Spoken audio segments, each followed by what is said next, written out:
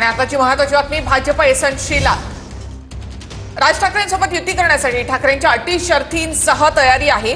भाजप आणि एसएनसी यांना सोडा, उद्धव ठाकरे यांनी राज ठाकरे यांना ही मोठी अट या ठिकाणी घातलेली आहे। राज ठाकरे यांच्यासोबत युती करण्यासाठी ठाकरेंनी ही अट आणि शर्त ठेवली आहे। भाजप आणि एसएनसींना सोडा, उद्धव ठाकरेंनी राज ठाकरेंना ही अट घातलेली आहे। किरकोळ भांडणं बाजूला ठेवायला आम्ही तयार आहोत। ही भांडणं नव्हतीच मुळात, मात्र तरी सुद्धा ही भांडणं बाजूला ठेवायला आपण तयार आहोत, असं उद्धव ठाकरे यांनी या ठिकाणी म्हटलंय। उद्धव ठाकरे राज ठाकरे यांनी एकत्र यावं ही मराठी माणसाची इच्छा असं म्हणत दोन्हीकडच्या कार्यकर्त्यांनी प्रयत्न सुरू केले होते। गेल्या काही दिवसांमध्ये 2024 पासून ते आतापर्यंत ठाकरे आणि ठाकरे बंधू वेगवेगळ्या कार्यक्रमांच्या निमित्तानं देखील एकत्र आले होते। त्यानंतर राज ठाकरे यांनी थेटपणे युती संदर्भामध्ये संकेत दिले। त्यावर उद्धव ठाकरे यांची ही मोठी प्रतिक्रिया, भाजप आणि एसएनसीला सोडा अशी मोठी अट उद्धव ठाकरेंनी राज ठाकरे यांना घातली आहे। माझं तर मत असे की मराठीसाठी आणि महाराष्ट्राच्या हितासाठी अगदी किरकोळ भांडणं, तुम्ही बाहेर गेल्यानंतर बातमी वाचल्यानंतर कळेल मी किरकोळ भांडणाचा संदर्भ काय आहे। किरकोळ भांडणं बाजूला ठेवायला मी सुद्धा तयार आहे आणि मी सुद्धा सर्व मराठी माणसांना या हितासाठी, महाराष्ट्राच्या हितासाठी, मराठीसाठी एकत्र येण्याचं आवाहन करतोय। पण माझी अट एक आहे की जेव्हा आम्ही लोकसभेच्या वेळेला सांगत होतो की अरे महाराष्ट्रातनं गुजरातमध्ये सगळे कारभार घेऊन जात आहेत, उद्योग घेऊन जात आहेत, तेव्हाच जर का विरोध केला असता तर आज ते सरकार तिकडे बसलं नसतं। आज तिकडे महाराष्ट्राच्या हिताचा विचार करणारं सरकार आपण केंद्रात बसवलं असतं आणि राज्यात सुद्धा आपल्या महाराष्ट्राच्या हिताचा विचार करणारं सरकार बसलं असतं। त्याच वेळेला हे काळे कामगार कायदे आपण फेकून दिले असते कचऱ्याच्या टोपलीमध्ये। पण तेव्हा पाठिंबा द्यायचा, आता विरोध करायचा, मग परत तडजोड करायची, हे असं नाही। महाराष्ट्राचं हित, मग त्याच्या आड जो कोणी येईल त्याचं स्वागत मी करणार नाही, त्याला मी घरी बोलवणार नाही, त्याच्या घरी मी जाणार नाही, त्याचं आदर स्वागत, त्याच्या बरोबर पंक्तीला बसणार नाही, हे पहिले ठरवा आणि मग महाराष्ट्र हिताच्या गोष्टी करा। बाकी आमच्यातली भांडणं मी आज सांगतो, जी काय भांडणं माझ्याकडनं नव्हतीच कोणाशी, मिटून टाकली, चला, पण पहिले हे ठरवा महाराष्ट्राचं हित। आणि मग त्यावेळेला सगळ्या मराठी माणसांनी ठरवायचं की भाजप सोबत जायचं का शिवसेनेसोबत, म्हणजे माझ्या बरोबर एसएनसी नाही। स्वागत करायचं आहे भूमिकेचं। त्यांनी राज ठाकरेंची जी भूमिका आहे ती आज त्यांनी केलेला या ठिकाणचा तो इशारा आहे। त्यांनी या संदर्भात आपली भूमिका स्पष्ट केल्यानंतर यथाअवकाश या संदर्भामध्ये आमचा प्रतिसाद जो आहे तो राहील। माझं तर मत असे की मराठीसाठी आणि महाराष्ट्राच्या हितासाठी अगदी किरकोळ भांडणं, तुम्ही बाहेर गेल्यानंतर बातमी वाचल्यानंतर कळेल मी किरकोळ भांडणाचा संदर्भ काय आहे।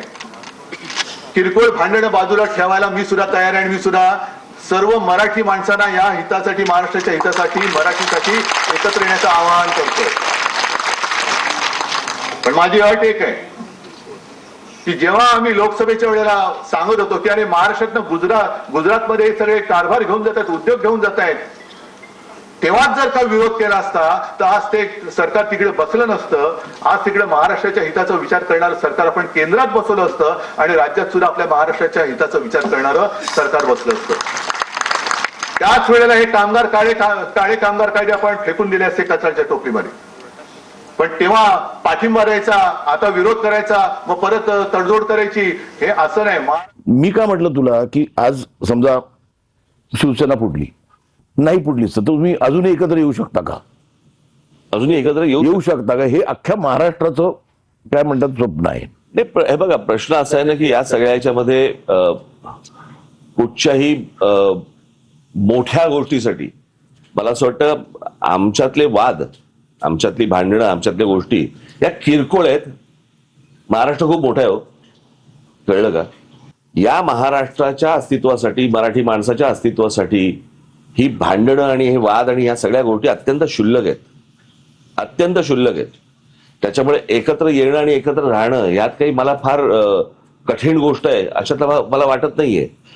परंतु विषय फक्त इच्छेचा आहे, हा एकट्या माझ्या इच्छेचा नाहीये विषय आणि माझ्या काही स्वार्थाचा पण विषय नाहीये।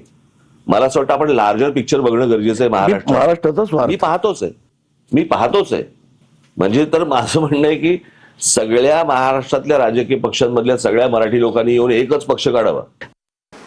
माझं तर मत असे की मराठीसाठी आणि महाराष्ट्राच्या हितासाठी अगदी किरकोळ भांडणं, तुम्ही बाहेर गेल्यानंतर बातमी वाचल्यानंतर कळेल मी किरकोळ भांडणाचा संदर्भ काय आहे।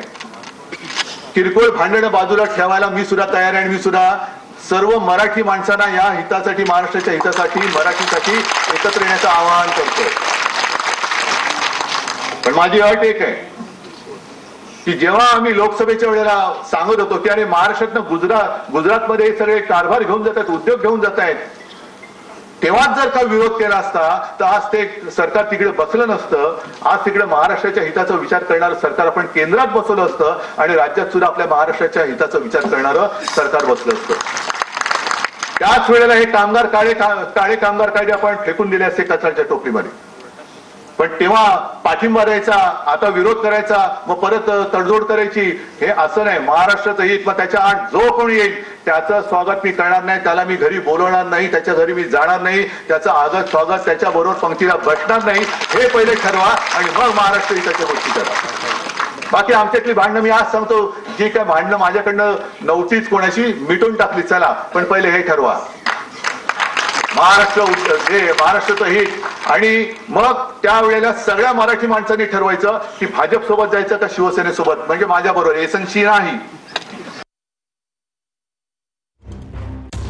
राज ठाकरेंसोबत युती करण्यासाठी ठाकरेंच्या अटी शर्तींसह तयारी आहे. भाजप आणि एसएनसीला सोडा, उद्धव ठाकरेंनी राज ठाकरेंना ही अट घातलेली आहे. राज ठाकरे यांच्यासोबत युती करण्यासाठी ठाकरेंच्या अटी शर्तींसह तयारी असल्याचं या ठिकाणी दिसतं. उद्धव ठाकरे यांनी थेट या संदर्भात किरकोळ भांडणं मिटवायला तयार असल्याचं म्हटलेलं आहे. संपूर्ण जगभरामध्ये भारताची जी काही आज उंची आहे ती टिकवण्याकरता अहोरात्र मेहनत करून हा भारत देश पुढे नेण्याचा प्रयत्न केला आहे आणि प्रयत्न सुरू आहे. अशावेळी राजसाहेबांनी साथ दिली. विधानसभेच्या वेळी त्यांनी सांगितलं की आम्ही भाजपसोबत किंवा महायुतीसोबत नाही जमणार.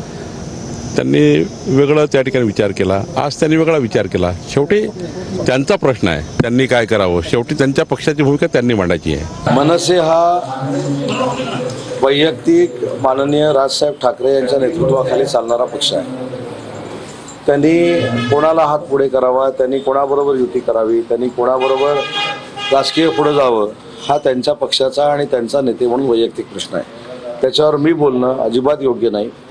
आम्ही शिवसेना म्हणून काम करतो, एकनाथ शिंदे साहेबांच्या नेतृत्वाखाली काम करतो. आम्ही शिवसेनेच्या एकनाथ शिंदे साहेबांनी घेतलेल्या निर्णयाला मान दिला आहोत. त्याच्यामुळे राजसाहेबांनी काय करावं हा त्यांच्या वैयक्तिक पक्षाचा आणि त्यांचा प्रश्न आहे. महाराष्ट्राच्या हितसंबंधासाठी आणि महाराष्ट्राची अस्मिता जोपासण्यासाठी जर हे दोन भाऊ एकत्रित येत असतील तर महाराष्ट्रातल्या प्रत्येक मराठी मनाला ते आवडेलच. मात्र ते एकत्रित येणं हे ज्या भाजपाने महाराष्ट्राच्या अस्मिता कायम पायदळी तुडवण्याचं राजकारण केलं, महाराष्ट्रातल्या महापुरुषांचा अपमान केला, महाराष्ट्रातले उद्योगधंदे गुजरातला पळवले, महाराष्ट्रातल्या प्रादेशिक पक्षांना नख लावण्याचा प्रयत्न केला, त्या भाजपाच्या विरोधात बिगुल वाजवून विचारांची स्पष्टता ठेवत स्वतंत्र अस्मितेचं राजकारण करण्यासाठी काय राजसाहेब सिद्ध होणार आहेत का, या प्रश्नाचं उत्तर मिळायला हवं. सातत्यानं उद्धवजींना त्रास होईल अशीच भूमिका किंवा उद्धवजींची जी आमची संघटना आहे ही कशा पद्धतीनं हिला त्रास होईल अशाच पद्धतीनं राजसाहेबांनी वेगळ्या भूमिका घेतल्या. चला ठीक, राजकारणात या गोष्टी होत असतात, पण जर मला वाटतं अशा सगळ्या शक्ती एकत्र आल्या तर या महाराष्ट्राला नकोय अशातलं थोडी भाग आहे. आणि म्हणून मला असं वाटतं अशी भूमिका राजसाहेबांनी मांडली असती तर त्याचा उद्धवजी ठाकरे साहेब एक स्वयंपूर्ण नेते आहे, स्वतःच निर्णय स्वतः घेणारे अशा प्रकारचं एक नेतृत्व आहे उद्धवजींचं. निश्चित याच्याविषयी व्यापक विचार मला वाटतं उद्धवजी ठाकरे साहेब करण्यास सक्षम आहे. स्वागत करायला काय भूमिकेचं त्यांनी राज ठाकरेंची जी भूमिका आहे ती आज त्यांनी केलेला या ठिकाणचा तो इशारा आहे. त्यांनी या संदर्भात आपली भूमिका स्पष्ट केल्यानंतर यथाअवकाश या संदर्भामध्ये आमचा प्रतिसाद जो आहे तो राहील. उद्धव साहेबांना स्वतःच्या संघटनेमध्ये इतरांनी येणं त्यांना उचित वाटत नाही, हे आतापर्यंतचा अनुभव आहे. महाविकास आघाडीबरोबर काय झालं, युती केली. शरद पवारचं त्यांचं कधी जमलं का, नाही. काँग्रेसचं त्यांचं कधी जमलं का, नाही. आणि राजसाहेबाचं तर मुळात जमणार नाही, कारण की राजसाहेबांना सगळ्या अंतर्गत गोष्टीची जाणीव असल्यामुळं, माहिती असल्यामुळं राजसाहेबांबरोबर युती करण्याला मला तरी वाटतं की उद्धव साहेब तयार होणार नाहीत. मला असं वाटतं दोघं जर हातात हात घेत असतील तर आपण कशाला बोलावं त्याच्यात. दोन भाऊ जर एकत्र येत असतील तर आपण कशाला निष्कारण बोलावं. चांगलं आहे ना, कोणी दोन भाऊ एकत्र येत आहेत तर काय वाईट. चांगलं आहे, अभिनंदन, ऑल द बेस्ट. माझं